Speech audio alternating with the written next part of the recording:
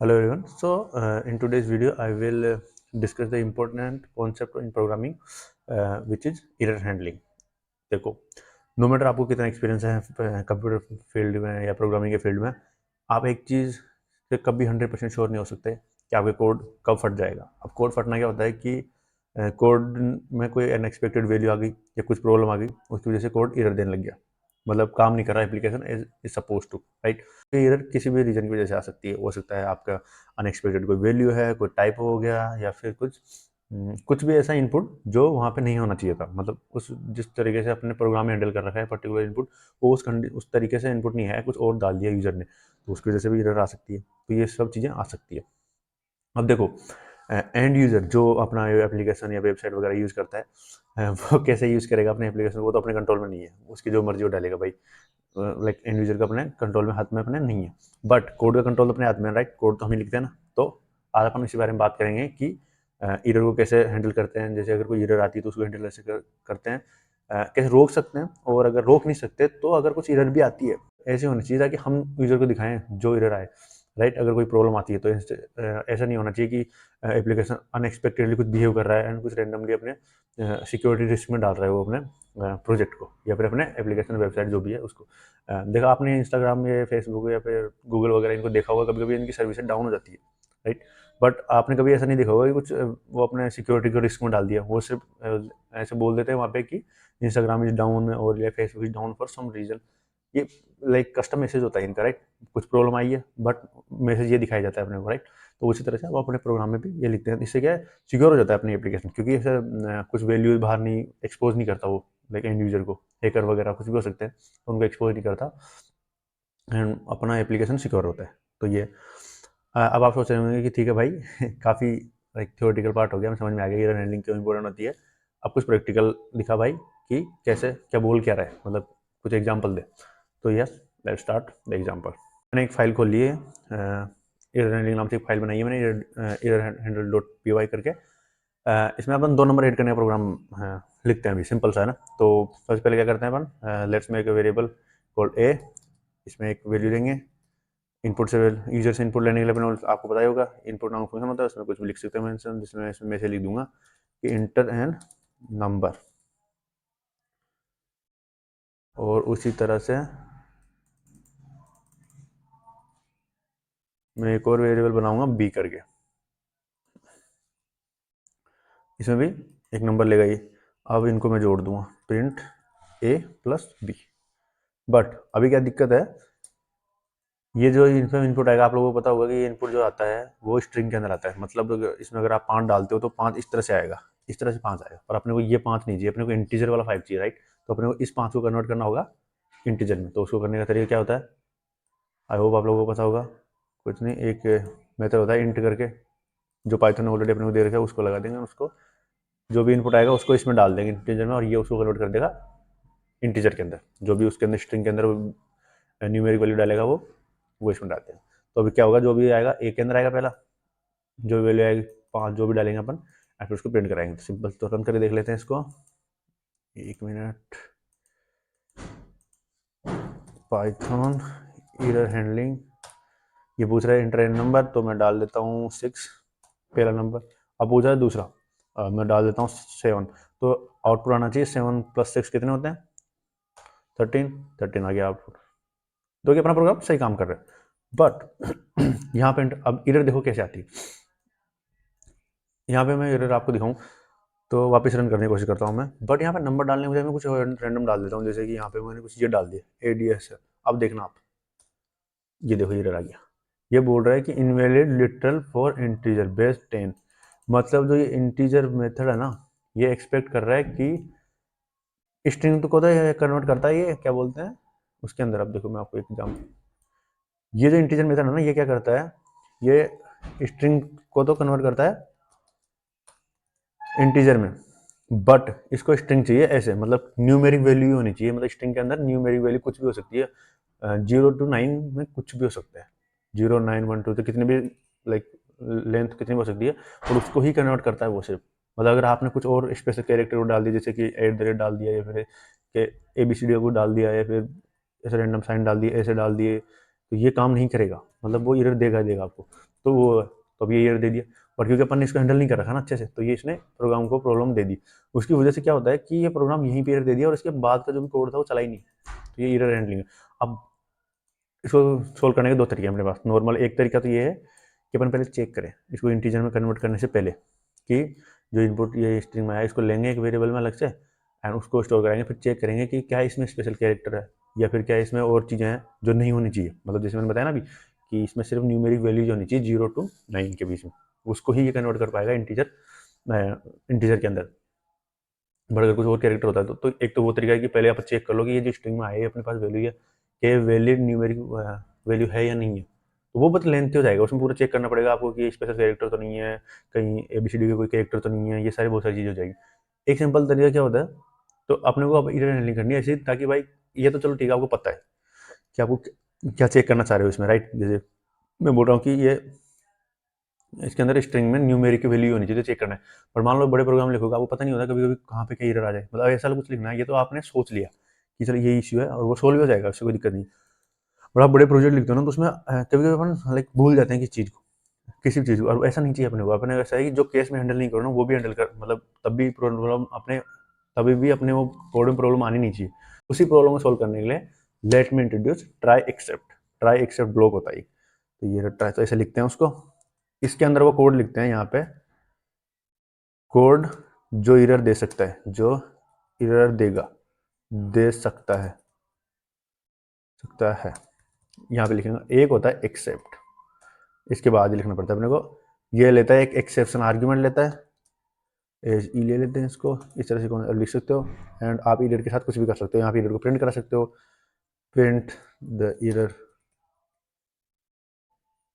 तो ये उसका सिंटेक्स होता है ट्राई एक्सेप्ट का। तो अब इसमें क्या होगा, अब देखो मैं इस कोड को उठा के, तो अपना एरर कौन दे सकता है अपने को पता है यार, इन दोनों लाइन में से कोई भी अपने को एरर दे सकता है।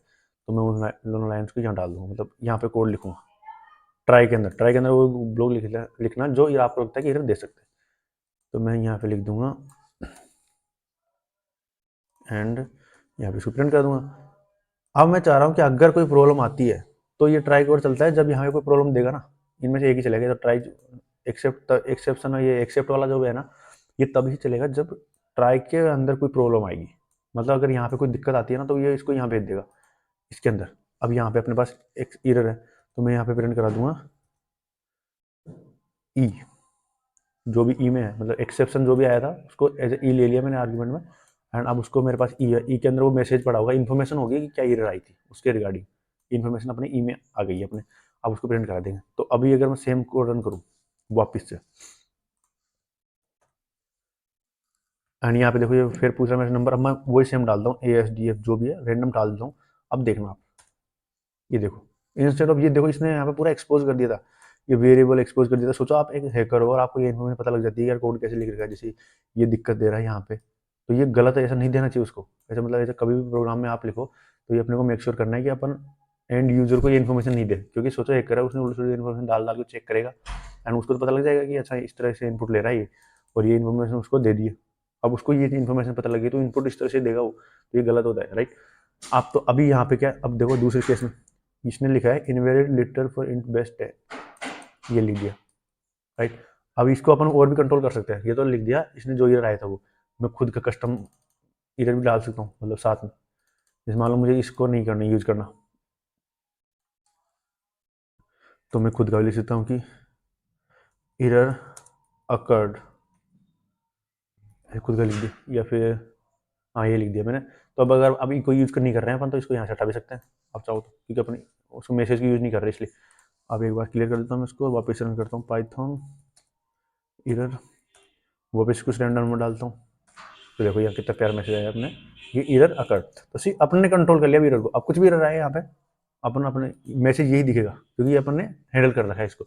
और इसके दूसरा फायदा ये है कि अगर मैं यहाँ के बाद इसके बाद में कुछ कोड लिखता हूँ ना तो वो भी चल जाएगा। पहले नहीं चलता था, पहले क्या होता था प्रॉब्लम आते ही वो वहीं रुक जाता, ऊपर रुक जाता, जैसे प्रॉब्लम आई थी वो रुक जाता। अब क्योंकि क्या होगा कि यहाँ दिक्कत आई तो उसको एक्सेप्ट इस ब्लॉक में भेज देगा कि भैया यहाँ पे हैंडल कर रखा है यूजर ने, वो अपने ऊपर है, कोडर के ऊपर है कि कोडर ने हैंडल कर रखा है नहीं कर रखा है, तो अपन हैंडल कर रखा है इसको। ऐसे कुछ और चाहते हैं अपन यहाँ पे तो वो भी लिख सकते हैं, अपने ऊपर है बेसिकली, अपने कंट्रोल में है बेसिकली प्रोग्राम। अब दैट्स द पॉइंट। ओके, अब ये कोड भी चल जाएगा इसके बाद वाला। तो मैं यहाँ पे करके दिखा नहीं रहा हूँ। अब देखो ये तो एक जनरल तरीका हो गया एरर को हैंडल करना, पर कुछ एक्सेप्शन में कुछ एरर ऐसी होती है जो प्रोग्रामिंग में बहुत ज़्यादा आती है प्रोग्रामिंग के अंदर, तो उनको हैंडल करने के लिए उन्होंने ऑलरेडी ऐसे एक्सेप्शन बना दिए, मतलब खुद जाके आप अच्छे लिख सकते हो। जैसे कि एक है डिवाइड बाई जीरो करके, एक वैल्यू एरर है, तो इस तरह से तो मतलब एक्सेप्ट में आप यहाँ पे वो भी लिख सकते हो, जैसे मैं लिख दो divide sorry zero zero divide zero division error, तो ये ब्लॉक तब चलेगा जब यहाँ पे मान लो मैं इसको हटा देता हूँ, यहाँ पे ये इनपुट इनपुट हटाते हैं आप, पूरे कोड को हटा देता हूँ मैं, प्रिंट कराने की कोशिश कर रहा हूँ 10 डिवाइड बाई जीरो। अब अगर जीरो से, अब एक और चलाता हूँ मैं इसको, एक काम करता हूँ, आप कितने भी ब्लॉक लिख सकते हो साथ में से, मतलब एक के बाद एक यहाँ पे मैं नॉर्मल वही अपना इसमें लिखता हूँ कि समथिंग वेंट रॉन्ग। एक्सेप्शन तभी ये एक्सेप्ट ब्लॉक है तब चलेगा कि जब कहीं पे भी आपने किसी को लाइक नंबर को जीरो से डिवाइड करने की कोशिश कर रहे होगे, तब ये यहाँ पे ये वाला ब्लॉक चलेगा, इनमें से एक ही चलेगा, तो ये वाला चलेगा तब। तो जैसे अभी मैं दिखाता हूँ आपको, दो लिख रखे हैं हमने एक्सेप्ट ब्लॉक, लेकिन चलेगा उसमें से एरर अकर्ड, या फिर ऐसे लिख देते हैं यहाँ पे कुछ कस्टम मैसेज अच्छा वाला, you can not divide by zero, ऐसे। अब मैं रन करता हूँ इसको, तो देखो ये लिखा गया you can not divide by zero, क्योंकि क्या हुआ, चला ट्राई में। अब यहाँ पे मैं कुछ और लिखता हूँ, A is equal to Ajay and B is equal to 5, print करने की कोशिश करते हैं ए प्लस बी। देखो अभी कोई मेक सेंस नहीं करता, लाइक स्ट्रिंग को मैं इसमें जोड़ रहा हूँ, तो अजय प्लस 5 क्या होता है, लाइक रियल लाइफ में कुछ नहीं होता है, तो एरर देगा, पर ये एरर देगा वैल्यू एरर। तो ये यहाँ पे ये ब्लॉक नहीं चलेगा, क्योंकि ये जीरो डिवीजन वाली एरर नहीं है। ये एक्शन तभी रेज होगी जब ये कोई डिवाइड करने की कोशिश करेगा जीरो से, राइट। तो अभी समथिंग वेंट रॉन्ग वाला चलेगा, ये आ गया समथिंग वेंट रॉन्ग वाला चल रहा है ब्लॉक। तो ये तो जीरो डिवीजन एरर हो गया, एंड एक होता है वैल्यू एरर, वो भी चल सकता, वो भी होता है। तो ऐसे कुछ तो है जो बहुत सारी बार लाइक प्रोग्रामिंग में ऐसे एरर आते हैं, तो उन्होंने कस्टम ही वो उनका बना दिया। पर आप अगर इन सब का यूज़ नहीं करना चाहते, कुछ भी प्रॉब्लम आती है उसको आप अच्छे से हैंडल करना चाहते हो, तो आप नॉर्मली ये वाला लिखते हो यहाँ पे एक्सेप्शन, एक मिनट, एक्सेप्शन एक्सेप्शन एज ई लेते हो।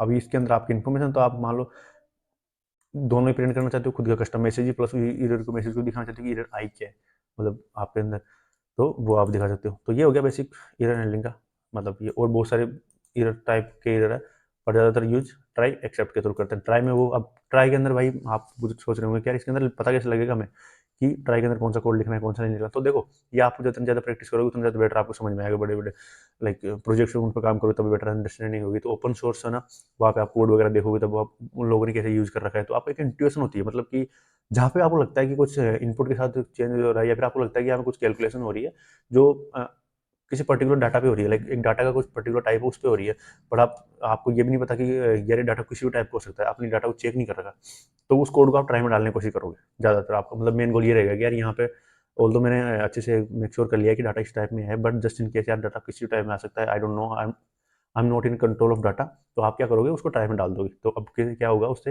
अगर कुछ डाटा आती भी है जस्ट इन केस, तो वो एक्सेप्ट में आप उसे हैंडल कर लोगे। तो ये मेन गोल रहता है। बाकी यार तो यही था, try except block, and I hope आपको समझ में आया होगा। मैं मिलता हूँ आपको next video. Thank you so much.